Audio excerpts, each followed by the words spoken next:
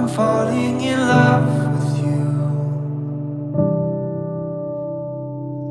It's the things that you say, I think you really want me to. I can't remember the time or the volleyball court with your tatted jean shorts. Was the look on your face? Now I'm falling in love with you. Greg, after our few weeks together in Seattle, I just knew you were going to be the man I was going to marry. It was so fitting that God allowed us to only really hang out in groups, and I got to watch you interact with your and my friends. The slow and steady unveiling of your character revealed to me that you checked all of the boxes on my list. My list is the Corinthians verse about love, and I promised I would never settle until I found a man that had all of them. And praise God, I didn't have to.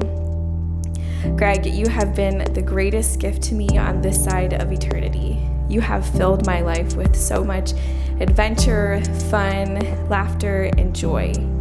Of all of the people, you are the one that I want to be around, and you are the book that I never want to stop reading. It's the silver that glows, and it makes me fall in love with you. Makes me fall in love. Oh my gosh, Sarah, you're so beautiful. Oh. You look incredible. Do you like it? I love it.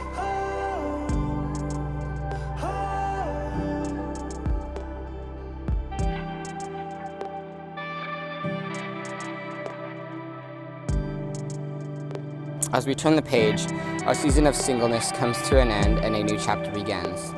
In this book of life, it is no longer you or I writing the narrative, but it is rather us.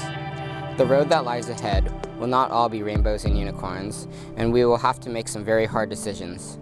However, I know that with you by my side and the people that have our backs, including the big man upstairs, we can overcome anything. Life is filled with adventure, and there is no one else I'd rather choose to go on this journey with besides you. From this day forward, I gain the joy of calling you my best friend, my adventure buddy, my companion, and best of all, my wife. I will cherish this day and every day forward with you until death do us apart and we meet again. Love, Greg. You guys have probably heard along your journey the catchphrase that love is a choice all along the way. And while that's true, I think I'd like to take it just a step further. You guys know I've been married for about 5 months now, so I consider myself quite the marriage expert. And I will say that making love a choice is great, but even more so than that, love is an action. It's great to think about doing the dishes or making the bed in the morning. It's great to think about a date night or even choose that that's the right option. But until you take that first step and make that motion toward actually loving your spouse, it doesn't matter. And I can honestly say that the two of you show more action than anyone I've ever met in my entire life. And that action is going to serve you so well in marriage.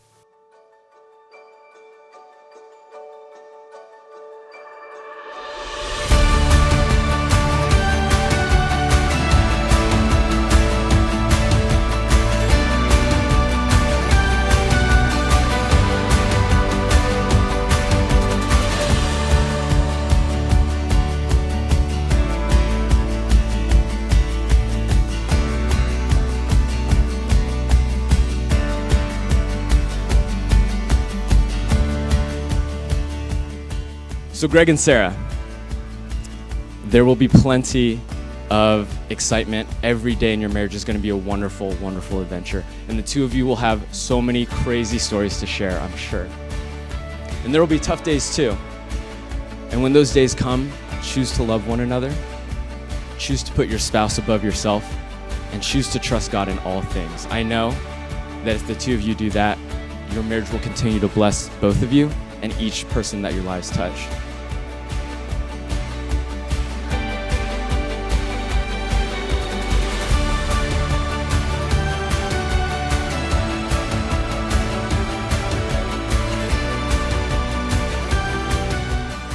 With your love and encouragement, you two will continue to deepen your relationship with God and with each other. May you continue to rely on God for your strength and support, putting Him first and in the apex of your marriage. Today we welcome a new member in our family with open arms and admiration. Linda and Tim in this Seattle community. We can't express enough how we feel about our new son-in-law. As my bride has often expressed, and I quote her again, by saying about Greg on multiple occasions, he's so adorable.